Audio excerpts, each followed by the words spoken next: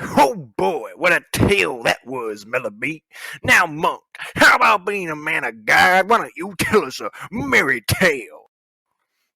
Oh, I'll tell you a merry tale, all right.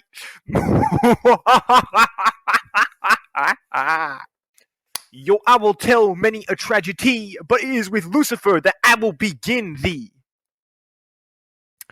With Lucifer, an angel, not a man, I shall begin these tales. Though he is so divine, not even an angel can compare to the power of fate.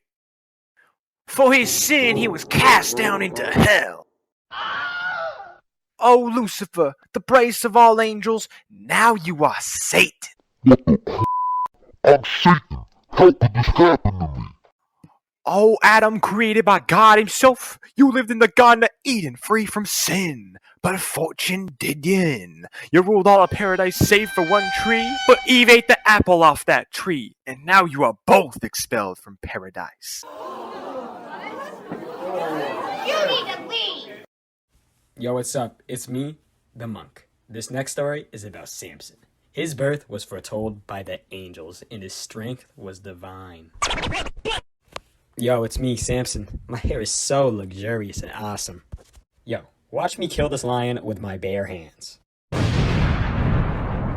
Let me introduce you to my wife, Delilah. Hey, Delilah, want to know why I'm so strong? It's 'cause of my luxurious hair that I oh so love. I'm gonna go to sleep now. I can't wait to wake up with my luxurious hair. Yo, it's me, his wife. I was actually a traitor the whole time. I'm gonna go fade him up as he sleeps now. No! My luxurious hair is gone! Oh boy, Hercules is awesome. He did so many things that are so cool that I can't get into because the whole point of this story is that his wife gave him a poison shirt and all the skin fell off his bones when he wore it. There's more to the story, but that's what's important. More of the story, same as Samson. Don't trust your wife. Nebuchadnezzar, what a glorious king. He was powerful, yes, but not more powerful than God, even though he thought he was. When Nebuchadnezzar claimed to be greater than the Lord himself, God struck Nebuchadnezzar in a trance. For a time, the former king ate like a cow and lived with the cows and ate grass. Eventually, God took pity on the poor soul, lifting the trance. Realizing what he was doing wrong, Nebuchadnezzar repented for his sins, and for the rest of his life, he lived in fear of God's might. Belshazzar, son of Nebuchadnezzar, was no better than his father. He ruled his father's kingdom foolishly, again paying no heed to God. While having a great feast, a hand with no arm wrote the words Mene Tekel Peres on the wall. And only one man in the whole kingdom knew what the words meant, Daniel the wise. He knew the words told of the fall of Babylon from the God of Israel himself, Yahweh. Now, Belshazzar, cursed by fate, is forced to watch the great empire of Babylon collapse around him. Guys, it's me, the monk. Let me tell you, this next story is crazy, man. So there was this girl named Zenobia. She was a descendant of Persian royalty. One day, she ran away to live in the wild, teaching herself how to hunt and survive, and she eventually was stronger than any man. One day, she returned to society and married Odaenathus. Together, she and Odaenathus had 2 children and conquered many foreign lands. But one day, her lands were conquered and her sons taken as prisoners.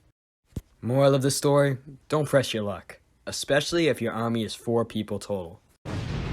King Pedro, the great Spanish king. He had a greedy brother who took all his land, and this brother, blinded by greed, lured the former king into his tent to slay him with a wrought iron. Moral of the story, never trust your family. They are always out to get you. King Peter was an awesome king, the perfect king. He was a great leader. Unfortunately, his men were very jealous of him, and that caused his demise. They decided to slay him in his bed. Moral of the story, if you're too good at your job, people will start to notice and maybe kill you. Oh, Bernardo, how fortune had done you in. You were slain by your own brother's son. So mournful because, well, it was because he had...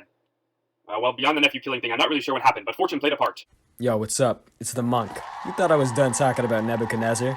If you thought so, you would be half right. Holofernes was Nebuchadnezzar's general.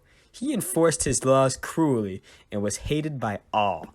Eventually, the terrible Holofernes was decapitated by Judith in his tent while drunk. Moral of the story, if you were an important political figure, stay away from alcohol and tents. King Antiochus, a terrible king, a ruthless man who slayed all who worshipped God. Fortune may have caught word of this and told God, and then he made Antiochus smell so awful that nobody would dare come near him, and he died alone on the side of a mountain. Moral of the story, don't test God. Alexander the Great was so great, he conquered all that he saw, and save for women and wine, was never tempted. How awful that his own people poisoned him, causing him to die. Many that day were sad, but Fortune did not care. Caesar, Emperor of Rome, he conquered all of the land and the sea. Fortune helped him against Pompey and win all the battles. However, Fortune came to an end, and some of his friends became his enemies, and they decided to kill him and stabbed him 23 times. Yo, what's up? It's the monk. This next story, Croesus, man, he's the saddest of them all. He was to be burnt by his enemies one day, but down came rain that the heavens shed. The fire was doused and Croesus made his escape.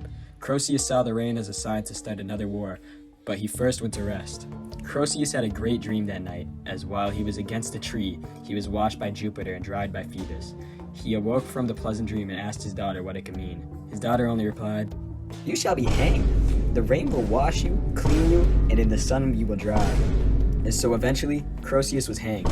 Moral of the story, fortune is quite the fickle. Oh, good sire, no more of this. What you have said is more than enough.